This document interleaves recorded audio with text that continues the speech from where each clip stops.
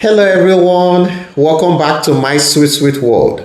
Now this video would hopefully answer a question I get asked all the time.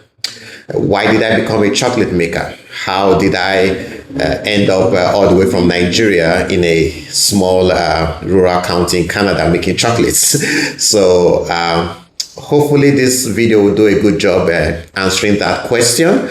And if this is something you are interested in, please watch to the very end, like, share, and comment. And my apologies in advance. It's probably going to be a longer video, but yeah, let's begin. So I moved to Canada when I was 17 years old, and my plan initially was to become a lawyer.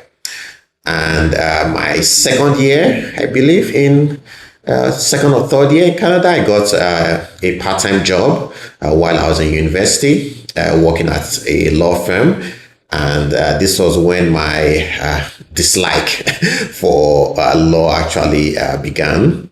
And it just only grew over the years. I eventually knew that I wasn't going to go into law. I did not like it. I did not see my future in it. So I graduated my undergrad, and I continued working at this law firm full time. And I worked there for several years until I felt like there wasn't any more real room for me to grow. And I started considering doing something different. And after a lot of thought, I decided to become a confectionery importer. And this was my plan to become to own a business of my own. And that's how my sweet world was registered. And that's where the name comes from. My sweet world. The business was designed to import chocolates and confectionaries and sweets from other parts of the world and introduce them to the Canadian market. Now, so my initial plan was to bring in chocolates from Nigeria and from Africa. And I ran into issues when I discovered that some of the chocolates could not be imported because the milk chocolates had a red food colorant, and the white chocolate versions had a yellow food colorant that was banned in Canada. Now, this really shocked me. At almost 30 years old, this was the first time I actually considered the ingredients label or nutritional label of foods. I just always imagined if it's food, it's meant to be eaten, it's edible, it's good for you.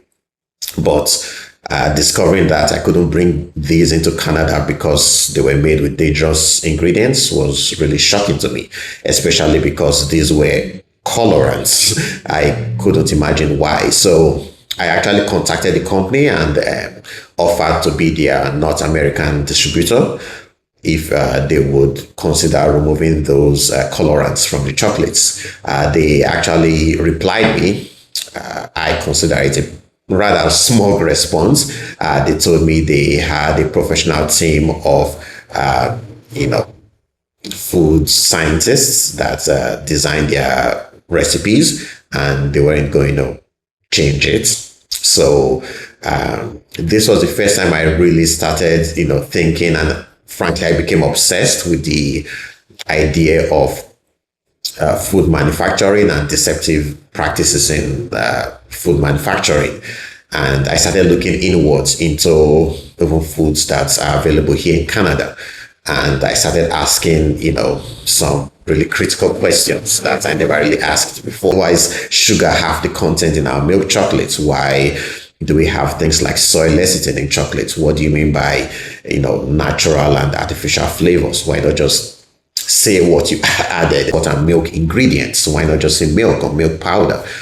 And I started thinking generally about the commercialization of foods that people eat, and why we couldn't just stick to making foods simple, right? It all started from the idea of adding a red food colorant to milk chocolates to make it a better shade of brown, I guess, which made no sense to me. Like, why not just use cocoa? It's already beautifully brown, right?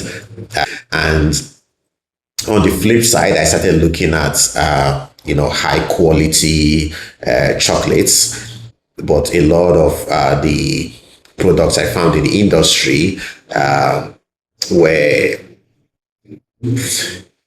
in my opinion, not accessible to the general public. As someone who was a very price conscious consumer, a lot of these chocolates were not, brands that I could afford.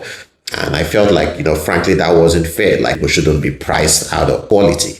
And if you are thinking about buying chocolates, your options shouldn't be, something that could barely even be legally called chocolates, or, an extremely expensive product, right? So this was where, I really started looking into becoming a chocolate maker. My plan was twofold. One, take chocolate manufacturing back to basics. Simple ingredients: cocoa beans, milk, sugar. When I say milk, I mean just real milk. Sugar, take it back to a realistic ratio. Did believe, and I still do believe today, that there is a growing market for delicious products that's less sweet. If you find more balance, it's less sugary, but it's more delicious. And in that sense, I guess my sweet world is almost ironic, but that was part of my driving principle, right? No adding extra additives or preservatives or colorants or any of all those things. Just take chocolate making back to basics. If you are making a strawberry chocolate, use strawberries. If you are making a mint chocolate, use mint tea leaves. If you are adding nuts, use only the real nuts. So that was my driving force. And on the other hand, I wanted to make sure it was affordable and accessible to everyone. My mom my mom said to me once, I remember, like, she said, there are two ways to make $1 million. You can make a product and sell it for $1 million to that one person that values it as such, or you can make a product and sell it for $1 to 1 million people. uh, that's in essence kind of really drives my marketing philosophy. I do believe that quality should be something that, to the best of my ability, should be accessible to everyone. So I wanted to make a high quality artisan brand that is as affordable as possible, lower margins, with the hope that, I sell higher quantities. And so, yeah, that is, what really drove me into becoming a chocolate maker. And I was lucky to find this beautiful community of How Demand, where I was able to set up shop. So, yeah, that's my story of how I became a chocolate maker. And yes, if you have any other questions, always feel free to reach out. But thank you. Bye.